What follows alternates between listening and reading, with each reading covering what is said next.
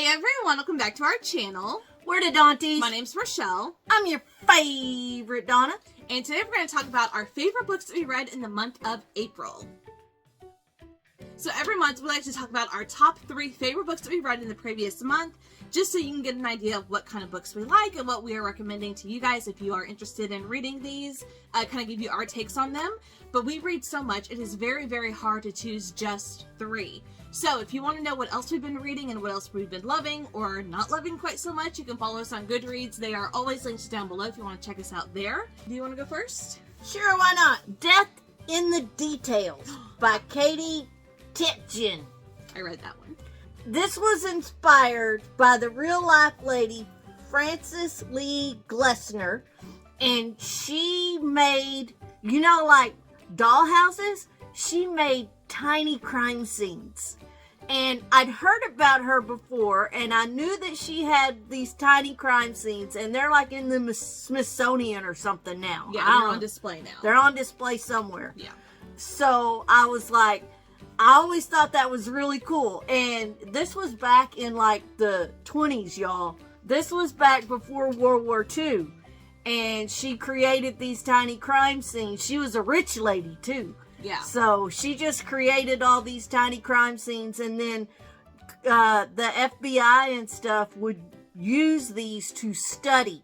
Yeah. And it's really cool. So Death in the Details was inspired by one of those crime scene displays that she did. And basically what this Katie Titchin did is she took one of those crime scenes and she created a story around it. However, the civilian detective, if you will, in her story created that crime scene. Basically, there's a suicide in her small town. She doesn't believe it's a suicide. She made dollhouses. So she decided, I'm going to reconstruct this crime scene. And as she's reconstructing the crime scene, she figures it out.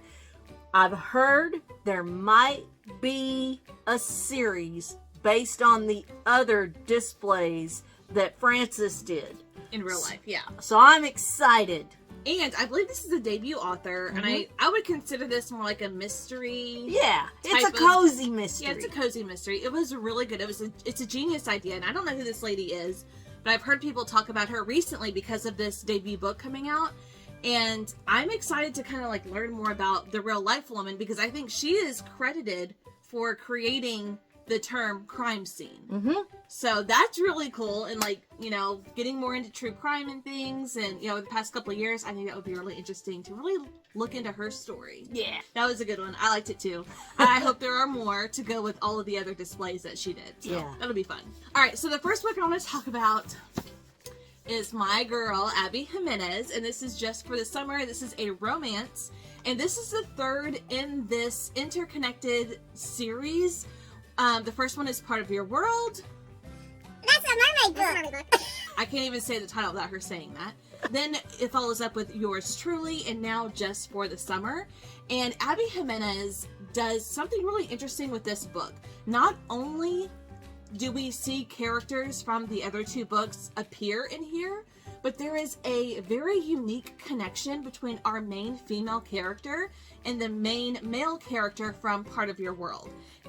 You can read these as standalones, you don't have to read them in order, but if you don't, that connection is not going to hit you quite as hard as it did someone who read all of them as they came out. I was shocked. I absolutely love this. So in this one, we're following this guy. He posts a Reddit thread and talks about how he feels like he's cursed because every woman that he dates, as soon as they break up, she goes on to find her soulmate and they get married and live happily ever after. And this has happened to him several times in a row. And this this Reddit thread goes viral, and this other lady, our main female character, she comes across it and she DMs him and says, oh my god, the same thing happens to me. And do they ever ask you to be in their wedding and blah, blah, blah. But every guy she breaks up with, he goes on to find his soulmate. So they talk, they kind of get this idea in their head that if they date each other, then whenever they break up, they will both go on to find their soulmates. So she is a traveling nurse, and so she's nowhere, or she's wherever she is, it's no longer than 6 weeks. So she and her roommate, her best friend, decide to go to this small town where this guy is so they can date just for the summer. Wait. Is it the same small town where Grandpa lives? No, it's adjacent. It's in the same area. So Grandpa's not in it. No, Grandpa's not in it. But, okay, so talking about Grandpa, which is her, like, the reason why I made her read Yours Truly, Abby Jimenez, in every one of her books, or at least in these 3, not so much her older books, but in these last 3 books that she's written, she has had some sort of hysterical family scene. And in this one, it's with his mom. There's something happening with his mom, and she is going to be going away for a long time, and the night before she leaves, her and her best friend go out and get drunk, and this whole drunk in the backseat scene had me rolling on the floor laughing. I'm not going to make you read this for that scene, but I will make you sit down and read this scene, because it was hysterical. I was laughing so hard. I absolutely loved everything about this book. I love the connection. I love that these characters feel so real. They're going through real things. It's not just some fluffy, lovey-dovey romance. They feel like real people. And I just absolutely love her writing. And I think this has knocked out Yours Truly as my favorite Abby Jimenez book, which is very hard to do because I related to those characters in that book so hard. But I loved this. I love the idea. I love the concept. I love the characters. I loved everything about it. All right, guys, my next one, Diavola. This one's some spooky shit, y'all. This is so spooky. I knew you would love it. This is some spooky stuff. So she goes to this place in Italy to stay with her family for a family vacation. Yes. She doesn't really get along with her family that great, and there's a bunch of family drama in it. Yeah. But then there's like this ghosty that she meets while she's in Italy at this house that they're staying with, and when she goes back home, old ghost follows her, and so she's got her own ghost hatched onto her. You know Haunted Mansion where they say a ghost will follow you home? It happens! It really happens! A ghost followed her home. It's good. I liked it. It is good. Now, the only thing, this is a horror. It's categorized as horror, but the only thing I would change about this book is I wish they were in Italy longer. Because whenever she does come home, there is some scary stuff that happens that would terrify me to my bones with this ghost and things that are happening once she comes back. But I really liked the atmosphere of this Italian place that the whole family is at. But either way, it was a really good time. And it's a short book. It's not even 300 pages, I don't think. Yeah, it's 288 pages. So, it's short, it's fun, I liked it. One of the Haunted Mansion ghosts can follow me home, but not Diablo. I don't know, those Haunted Mansion ghosts are a little, come on, the drunks in the ballroom, they can come on. Come on! Alright, so my next favorite book is a young adult thriller. I think it's categorized as young adult. Yeah, it is, young adult. Even though the main character we're following is 17, she's almost 18. It reads more of like new adult, not quite adult, but not really young adult whenever you think of young adult. Yeah. This is the reappearance of Rachel Price by Holly Jackson. This is the same author as A Good Girl's Guide to Murder, which is my favorite young adult mystery thriller trilogy. No book has even come close to that trilogy in the young adult genre. And so this one is her newest book. So in this one, we're following a 17-year-old named Belle, or Isabel. She goes by Belle. And when she was 2 years old, her mother disappeared out of thin air. Is her dad's name Maurice? No. Okay. No. Okay. No. Well, Belle's mom's not in the picture, and No. Maurice, crazy Maurice. No. So her mom is Rachel Price. She disappears. 16 years later, her dad makes a deal to do a documentary on the disappearance of Rachel Price from 16 years ago. 2-year-old Belle at the time was the only witness, and of course she's 2. She doesn't remember anything. She was found safe in the car where her car was found, and that's she just disappeared. So we're following this documentary crew coming in to interview the family, the police, the people in the community. And as they're filming, Rachel Price reappears after 16 years. She just pops up? Well, she comes walking up, but yeah. Oh, so she's not a ghost like Diavola. No. Oh, she actually comes back, and she tells this story very, vague, about what happened, where she's been for the last 16 years, and Belle doesn't believe her. So Belle decides to investigate herself because everyone else is believing her, but she feels like there's something fishy going on. And this book is so good. It had me on my toes. It was wild. The ending is insane, but I absolutely loved it. This is definitely better than 5 Survive that she wrote last year.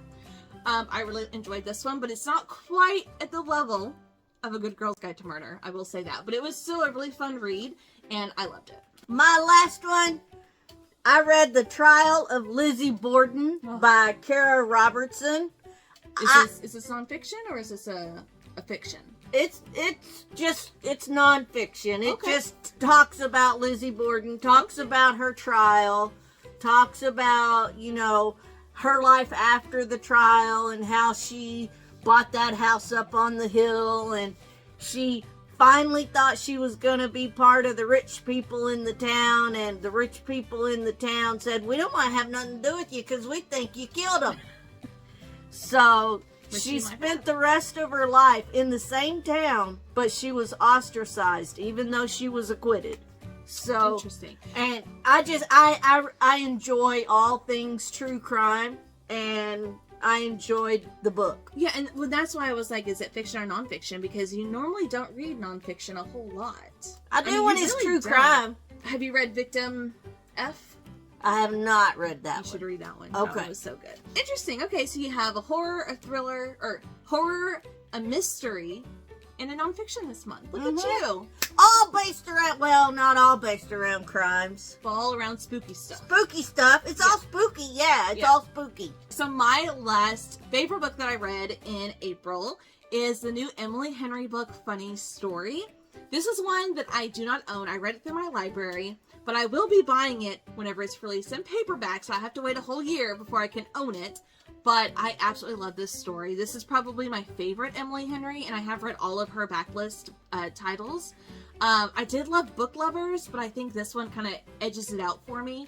This one is a very interesting concept. So we're following this man and this woman, and the man has a girlfriend, and the woman has a fiance. And just before she's about to get married, her soon-to-be husband comes home from his little bachelor weekend or whatever, and tells her that he has decided to leave her for his childhood best friend, that they have always claimed, they've always been platonic, nothing, romantic has ever gone on between them. Well, it turns out that the girl that he's leaving his soon-to-be fiance for is the man's girlfriend. So we have these two best friends who decide to leave their partners to be together. So it starts out as my best friend's wedding. Basically, yeah. Okay. So, except he actually does leave his fiance. Oh, okay. Unlike the movie. Oh, well, but. But yeah, so they leave their partners kind of high and dry, and the soon-to-be fiance is expecting her to move out by the time they get back from their weekend getaway, which I think is like, it was supposed to be their honeymoon. So he takes his childhood friend, like, we're gonna go on this trip, and by the time we get back, you need to be gone. So she ends up moving in with the boyfriend that also was just left. And they're miserable, they're heartbroken, and they're just kind of dealing with life. And they kind of build this friendship, and this romance blossoms from that. But it is so good. It had some really funny moments. I really, really enjoyed it. And the whole thing is, you know, what I love about Emily Henry books is that all of her titles are like common phrases, like Book Lovers and Happy Place and Funny Story, even though it's not funny. And the way that she turns like just a simple 2-word common phrase into this weird, like, the way she turns it into a story is just phenomenal. And I loved Funny Story so much. I can't wait to own it, but alas, I will have to wait. But yeah, that was my other favorite that I read. And I actually just read it a couple of days ago. And I loved it. Immediately loved it. So here's a look at our favorite books that we read in the month of April. Leave a comment down below. Let us know if you've read any of these, or if any of these Let me know if the ghost ever followed you home. Please tell me no. And if they have, don't tell me that you had that happen. Please. No. And if you have any recommendations for us based on the type of books that we like to read, leave them down below. We are always looking for other books to check out. Not just, I think all of these that we read were brand new, except for your nonfiction, right? Yeah, it was Kindle Unlimited. That's going to do it for us today. Thank you guys so much for watching, and we'll see you in our next video. Bye.